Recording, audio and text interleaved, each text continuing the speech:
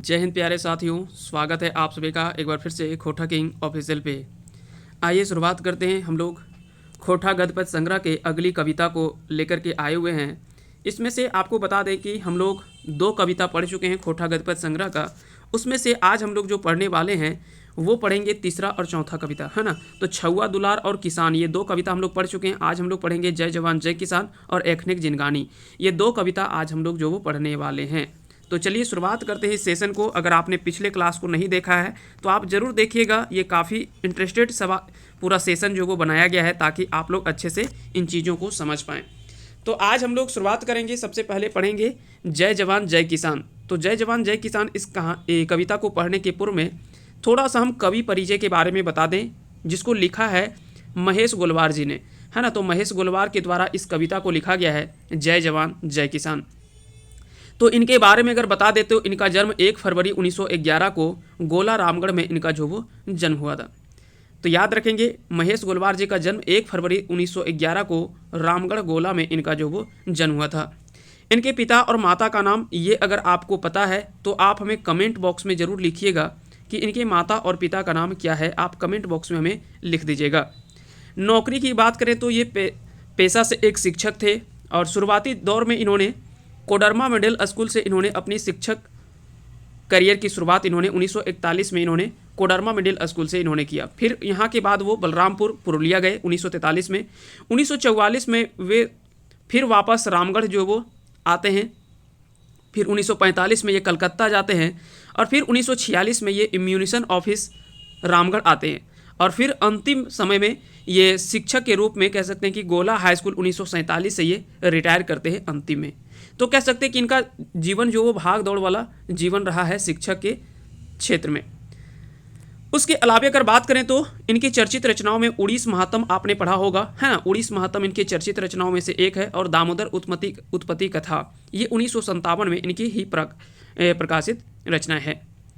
इनका निधन 3 अगस्त 1996 ईस्वी को हो गया है। तो 1996, है ना, 3 अगस्त 1996 को इनका जो वो निधन हो गया।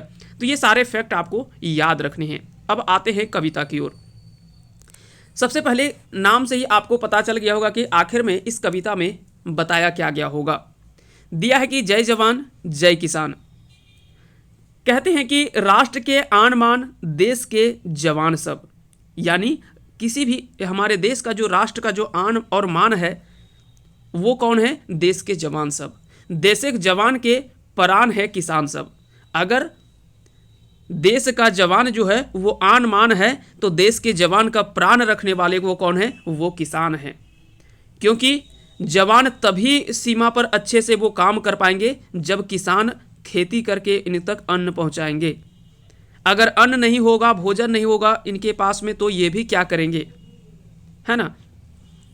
तो ये आपको याद रखना है। यहां पे दिया है, आगे लिखते हैं, जान हाथे राख सगरो घुरे जवान सब, काम ले जगत उबे मकीन उबे नाय किसान सब।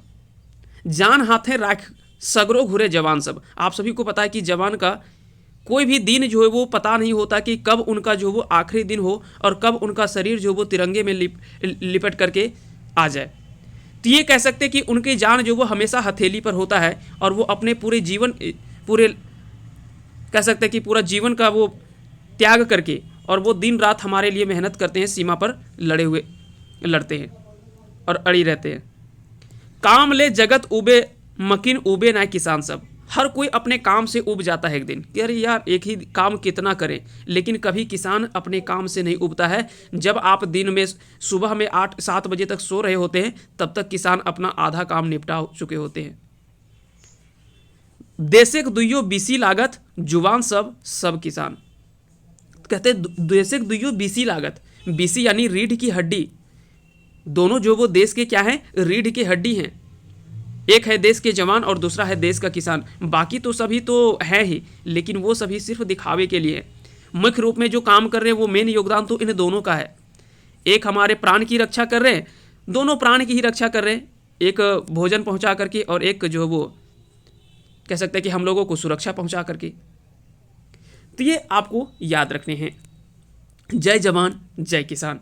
तो इस तरह से पहली पंक्ति है। दूसरी पंक्ति में ये कहते हैं कि समुद्रिक ढेव के गागानिक आवाज घोर, हड़कंपवा जाड़ नहीं रकमिक ताव जोर।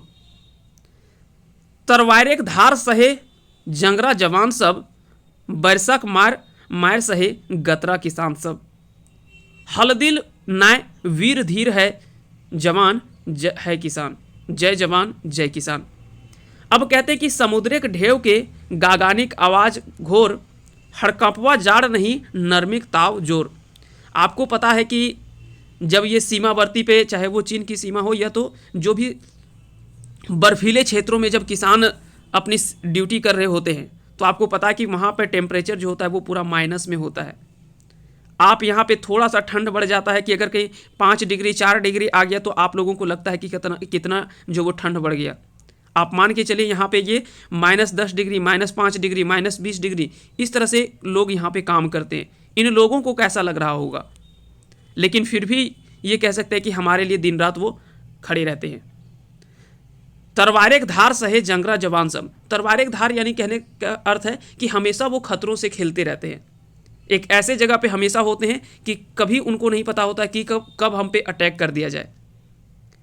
बरसात मार सहे गतरा किसान सब। और आपको पता है कि बरसात मार जब बारिश होता है तो सभी लोग अपने महल घर में छुप जाते हैं, लेकिन किसान सब का कह सकते हैं कि वो समय होता है जब वो बरसात में जब पानी पड़ रहा होता है, उसी समय वो खेत के लिए निकल जाते हैं और वो खेती बाड़ी करने के लिए निकल जाते हैं। तो ये वास्तविक रूप में दोनों जो है वो वीर और धीर माने जाते हैं, है ना। वीर धीर है जवान और किसान, जय जवान जय किसान। अगली पंक्ति में लिखते हैं कि शत्रु के बहाय लोहू सतरे संतने धराय जवान, धामे सप सप गात हंसुआ हाथे किसान। खेले जवान लोहुक फगुआ, कूटा लखे जीव जान, और विपैत काट काट काल ठहलत रहे किसान। चूप सघवा बोड़ निंद्रा सभे जवान किसान, जय जवान जय किसान। शत्रु के बहाय लोहू संतरे धाराय जवान। आपको पता है कि हमेशा जो वो जैसे शत्रु कोई भी इनके ऊपर में अटैक करने का प्रयास करते हैं, उन्हें धराशायी करने का जो वो हमेशा इन्होंने सफल प्रयास किया है। धामे गप सप सप गात हंसुआ हाथे किसान, है ना। तो पता है कि इनके हाथों में हमेशा क्या होता है ना, इनके हाथों में तो औजार होता है, और किसान के हाथ में क्या होता है, हमेशा हंसुआ कोड़ी यही सब होता है। तो ये दोनों का हथियार यही है, और उसी से हम लोगों को पेट भर रहा है और हमारा जीवन जो वो सुरक्षित है। खेले जवान लोहुक फगुआ। इनका होली और दीपावली क्या, इनके लिए तो सब दिन एक जैसा होता है, चाहे वो दीपावली हो या फिर होली हो। ये हमेशा क्या है, हमेशा जो वो लहू से, यानी कह सकते हैं कि हमेशा खून की होली ये खेलते रहते हैं और हमेशा ये अड़े रहते हैं। इनके लिए तो सदैव जो वो एक जैसा होता है, ना ही इनके लिए अलग से होली होता है, ना ही इनके लिए अलग से दीपावली होता है। दीपावली में भी उतने ही उमंग के साथ में वो डटे रहते हैं और दीपावली में भी उसी तरह से। तो सभी दिन इनके लिए जो वो एक जैसा होता है। विपत काट काट काल ठहलत रहे किसान। आपको पता है कि किसान के पास कितनी विपत्ति होती है, लेकिन फिर भी वो अपने कामों को नहीं रोकते हैं, क्योंकि उनको भी पता है कि अगर हम यह काम रोक दिए तो बाकी लोग भूखे मर जाएंगे। भले वो विपत्ति काट करके वो कार्य को करें, लेकिन यही है कि आगे चल करके सभी लोगों का पेट भी भरते हैं। ये सभी दोनों की बड़ाई जो वो क्या गया, और वास्तविकता है, बड़ाई क्या बोल सकते हैं, ये वास्तविकता है कहीं ना कहीं। अगला जो पंक्ति लिखते हैं कि दुश्मन के देख आरो उमैक उठे वीर, गात हाथे बोले कोड़े कुआं पत्थरे चासा धीर। पैत सासें देशे पहराए मगन रहे पारे जवान, योजना के सुधर रूप देहे व्यवहारे किसान। देशे सभे छुआ एह जवान आर किसान, जय जवान जय किसान। तो दुश्मन के देख आरो उमैक उठे वीर। जैसे कोई दुश्मन थोड़ी सी भी हलचल अगर करते हैं सीमा पर, तो ये तुरंत उठ करके हमारे जो वीर सपूत हैं वो तुरंत एक्टिव हो जाते हैं और उनको धराशायी करके रख देते हैं, है ना। तो जैसे भी कोई भी दुश्मन हम पे हावी होना चाहता है, थोड़ा सा भी हलचल करता है, तुरंत उन्हें जो वो ये सुला देते हैं, है ना, और अपने जगह पे अस्थिर कर देते हैं। ठीक उसी प्रकार से योजनाओं को जो वो धराशायी करने का काम, ये कह सकते हैं कि धराशायी नहीं बोल सकते, धरातल पर उतारने का काम जो करते हैं वो करते हैं किसान। क्योंकि आप सभी को पता है कि किसान ही एक ऐसे होते हैं जो कि हमारे लिए एक ऐसा काम करते हैं जिससे सभी लोगों का जीवन यापन चलता है ना। सबका जीवन यापन जो वो कहीं ना कहीं इन्हीं किसान के बदौलत जो वो चलता है। अगर ये किसान जो वो कहीं ना कहीं खेती बाड़ी करना छोड़ दे तो आपके पास पैसा लाखों हो जाए, लेकिन आप पैसा तो नहीं खा सकते ना। पैसा आपके पास मानते हैं कि बहुत सारा पैसा हो जाएगा, बहुत सारे धन दौलत हो जाएंगे, लेकिन खाएंगे क्या? खाने के लिए तो आपको चावल ही चाहिए, गेहूं ही चाहिए ना। तो आपको चावल गेहूं कहाँ से आएगा जब ये उपजाएंगे ही नहीं। तो मुख्य रूप में जो वो किसान की भूमिका और देश में जवान की भूमिका, ये दोनों जो वो वाकई में कह सकते हैं कि अद्वितीय है। इनके जैसा किन्हीं का योगदान नहीं मान सकते हम। ठीक है, आगे लिखते हैं कि विपैते देगा संगी के बजर तरी डांट मन, चांडे गैल मोम तरी हैवे लामहे नरम। भूखल जगत के डाक सुन के किसान भाई, राखल राखल धान गहूं तुरते देह लुटाए। आपको पता है कि अगर किसान के पास में, पिछली बार आपने एक न्यूज में सुना होगा कि एक किसान के पास में बहुत सारा कह सकते हैं कि तरबूज हो गया था, है ना। तरबूज इतना ज़्यादा उनका हो गया था कि वो बिक नहीं रहा था जल्दी से। तो उन्होंने सोचा कि अगर हम इसे खराब होने से अच्छा है क्यों ना इसे हम फ्री में बांट दें।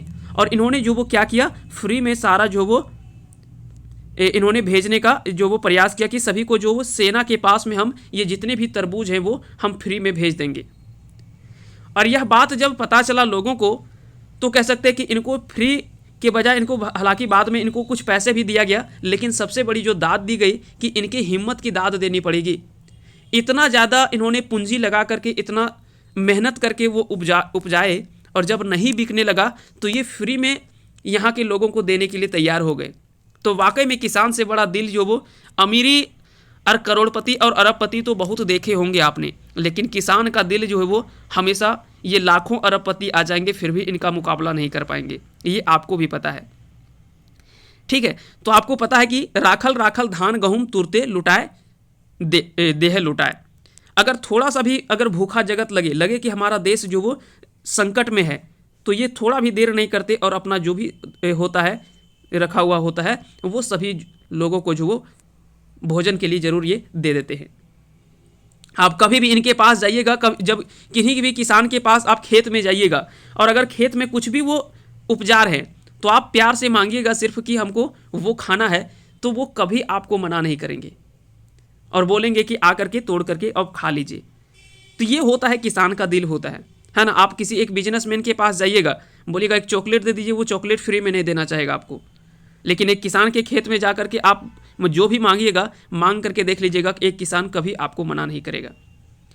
तो ये होता है किसान का दिल होता है ना। तो ये सारी बातें यहाँ पे लिखा गया है। आगे लिखते हैं अगली पंक्ति में कि शत्रु के छाती रूप मचाए चढ़ी लहू लुहान, सभे बांट ले सभे के जैसन सूरज महान। बजर मुठाए मुठ धरी मुँह बिदार के, हाथी ऊपर माहुत तरी सभे भाई किसान जे। सुख शांति गोड़ा असल है जवान है किसान। यानी सुख शांति गोड़ा, यानी सुख शांति का जो आधार है, जो हमें आज कहते हैं हम बड़े सुख और चैन से रह रहे हैं, तो इसके लिए हमारा दो मुख्य रूप में आधार स्तंभ है ना। दो हमारा अगर पैर है तो दो पैरों में एक पैर जो वो जवान का है और एक जो है वो किसान का है। एक हमें भोजन पहुंचा रहे हैं जिससे हमारा पेट भर रहा है, और दूसरे जो वो हमें सुरक्षा दे रहे हैं जिसके कारण से हम हर दिन एक नया सूर्य की रोशनी देख पाते हैं। तो ये दोनों हमारे लिए जो वो दोनों आधार स्तंभ के रूप में काम करते हैं, एक किसान और एक जवान। आगे यहां पे लिखते हैं कि देशे हिते तरे मोरे खातिर डडाए रात दिन, हेठ माथा करो हम तकरे गोड़ ठीन। देशे पेट भोरे खातिर क्रिया किसान खायल, हमर प्रेम लेवे जुकुर सेहे लखें ओहो भेल।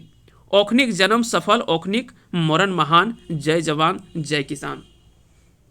कहते हैं कि देशे के हित एक तरह मोरे खातिर डंडाए रात दिन।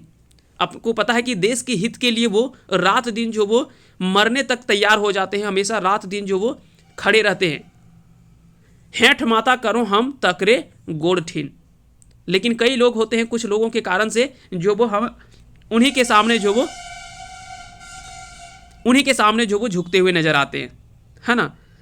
देशक पेट भोरे खातिर क्रिया किसान खायल, कि देश की पेट भरने के लिए किसान जो वो कसम खाते हैं कि हम किसी को भी भूखे सोने के लिए नहीं देंगे, क्योंकि हमें अन्न उपजाना है। अगर हम अन्न नहीं उपजाएंगे तो कौन उपजाएगा।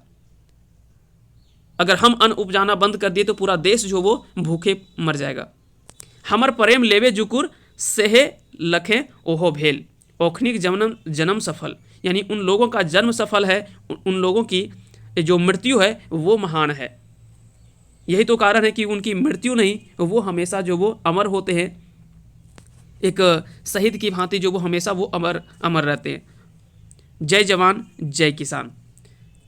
तो इस प्रकार से इस कविता को जो वो पूरा लिखा गया है, और वास्तविक रूप में अगर देखा जाए तो एक किसान और एक जवान के, है ना, मर्मस्पर्शी भाव जो वो इन्होंने बताने का प्रयास किया है महेश कुलवार जी ने।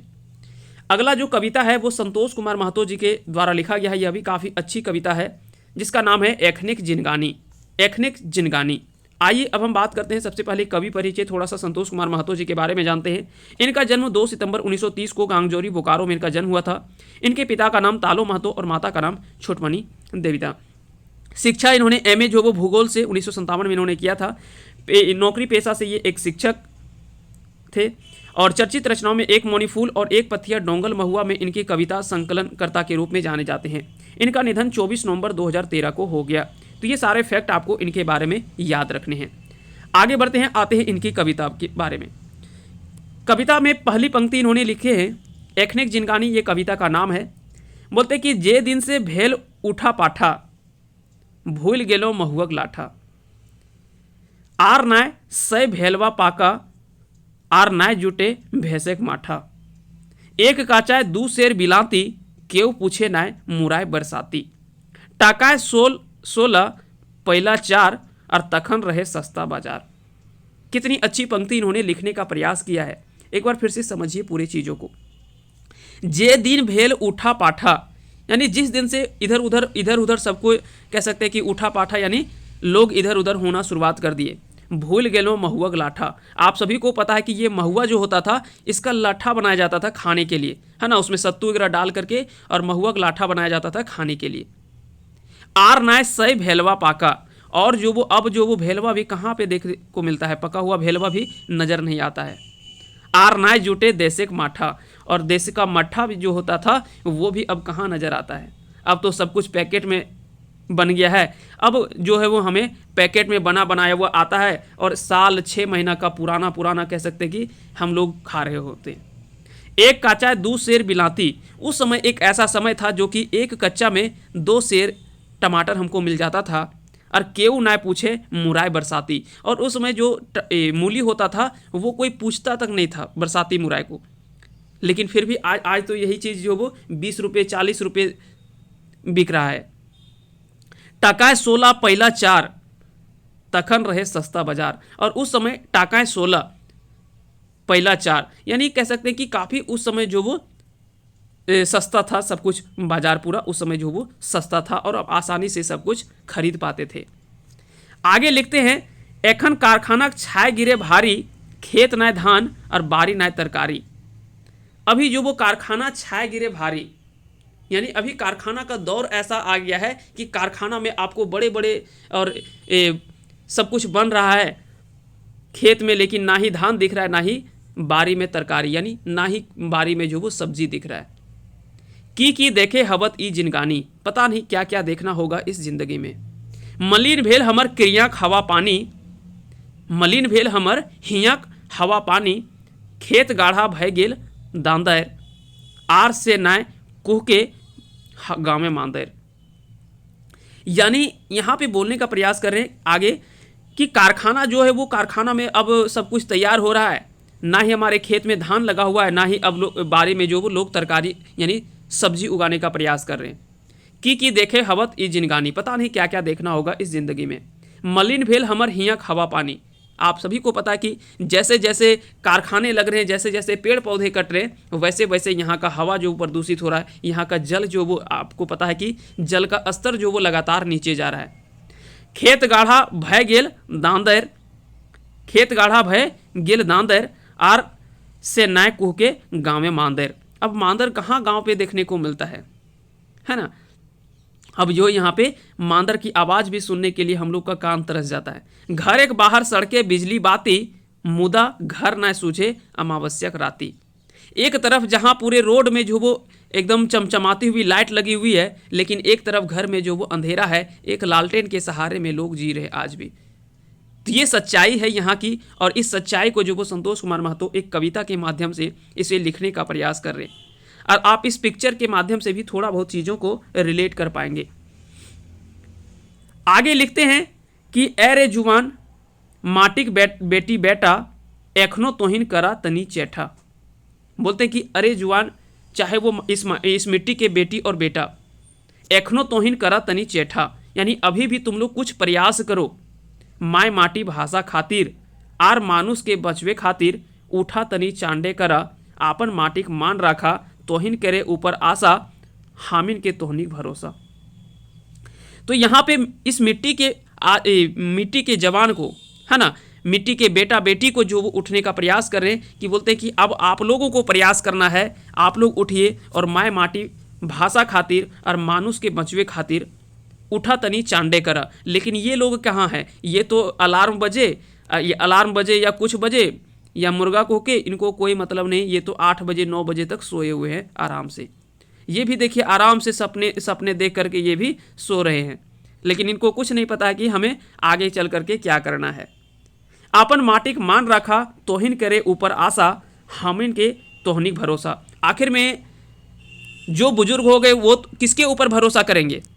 देश के जवान के ऊपर ही ना, और आने वाली पीढ़ियों के ऊपर ही तो भरोसा करेंगे कि अगर आने वाले देश को अगर कहीं बचाना है, माय माटी भाषा को अगर बचाना है, यहाँ के मनुष्य को बचाना है, मनुष्य को बचाने का अर्थ है उनके संस्कार को बचाना है, तो उसके लिए हमें प्रयास करना पड़ेगा। हर व्यक्ति को प्रयास करना पड़ेगा, हर युवा को प्रयास करना पड़ेगा, हर युवती को प्रयास करना पड़ेगा। यहाँ पे हर व्यक्ति को जो वो यह प्रयास करना होगा।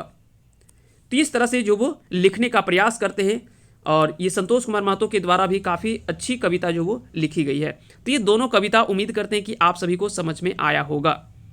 जल्द ही हम लोग जो वो जैसे इसका पूरा आपका कंप्लीट होता है सारा कविता, उसके बाद हम लोग क्या करेंगे, उसके बाद हम लोग आएंगे एमसीक्यू प्रैक्टिस पर, और जो भी एमसीक्यू प्रैक्टिस बन सकता है वो सारे प्रैक्टिस सेशन को हम लोग देखने वाले हैं। तो कल आपका जो क्लास आएगा, छुआ दुलार किसान हो गया, जय जवान जय किसान, एखनिक जिनगानी ये हो गया। 2 हम लोग कल बात करेंगे, बाहरे अंग्रेज और चाइल चिन्हा। ये 2 हम लोग जो वो कविता कल करने वाले हैं। ठीक है, इस प्रकार से हम लोग 2-2 करके जो वो जल्द ही हम लोग खत्म करेंगे इस पूरे सेशन को। तो बहुत बहुत धन्यवाद हमारे साथ अंत तक बने रहने के लिए। उम्मीद करते हैं कि आज का सेशन आप सभी को पसंद आया होगा। बहुत बहुत धन्यवाद। जय हिंद, जय भारत, जोहार।